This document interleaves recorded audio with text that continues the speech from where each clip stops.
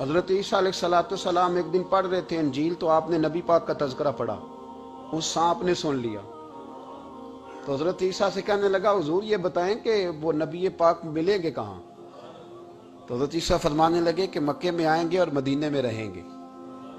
تو کہا ملاقات کیسے ہو سکتی ہے؟ فرمایا چلا جا مکے۔ تو وہ سانپ 600 سال غار ثور میں، اور اس نے 70 جگہ پہ سوراخ کیے۔ کتنے سال؟ کتنے سال بیٹھا رہا؟ بول کے بتائیے۔ آپ 6 گھنٹے بیٹھ کے دکھائیں، سوال ہی نہیں پیدا ہوتا۔ ہم بڑے کمزور ہو گئے، ہمارے لیے معاملہ بڑا اور طرح کا ہے۔ ہماری مرضی کا کوئی بات کرے تو ہم اس سے راضی ہیں، انتظار کرنا اور یہ سارے کام کرنا یہ تو بڑا مشکل معاملہ ہے۔ 600 سال وہ سانپ بیٹھا رہا، 600 سال، 600 سال، اور 70 اس نے سوراخ کیے غار ثور میں، لیکن وہ بھی عاشق تھا نا۔ اور یہاں معاملہ یہ تھا کہ ابوبکر صدیق دعا مانگ کے گئے تھے کہ میں نے کسی کو موقع نہیں دینا، ایک میں ہوں گا، دوسرا میرا یار ہوگا۔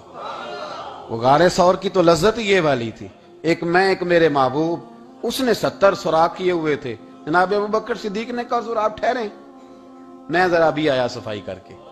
تو نبی کریم علیہ السلام رکے تو حضرت ابوبکر صدیق نے کہیں پگڑی پھاڑ کے رکھی، کہیں چادر پھاڑ کے رکھی، اتنے سوراخ بند کیے تو جو ایک رہ گیا وہاں ایڑی رکھ دی۔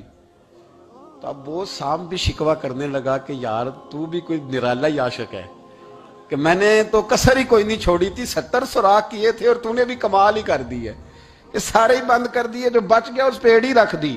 اس نے پتہ نہیں کتنے ڈنگ مارے۔ سانپ کا جب ڈنگ لگتا ہے تو وجود میں بہت زیادہ گرمی پیدا ہوتی، گرمی۔